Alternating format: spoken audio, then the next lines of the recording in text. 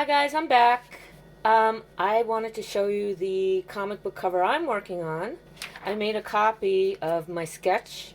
So this was my pencil drawing.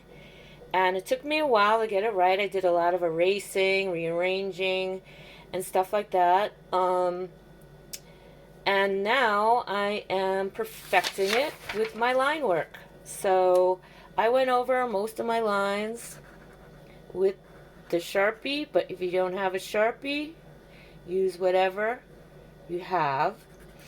And when you're doing this, in the requirements, before you pass it in, you need to include certain elements.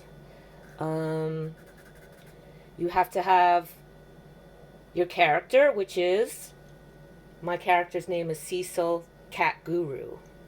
So make your character something that you can imagine creating a story about. You also need to include your name, written and illustrated. If you want to do an alias, that's totally fine. An issue number and the date,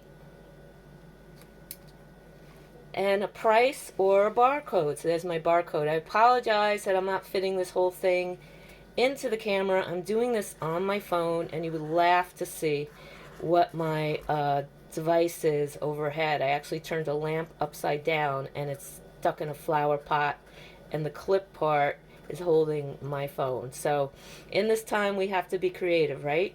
So when you're finishing your design, the next thing you're going to do is add color. If you don't have color, make sure there's lots of contrast. I'm still not quite sure. I think I'm going to do the background like a purpley color. Think about how things are going to pop in your design. A lot of times in comics, they just use a few colors, like maybe just 4 at the maximum, because then things look more coherent and together and designed. That's all I'm going to say. I just want you to really do a good job.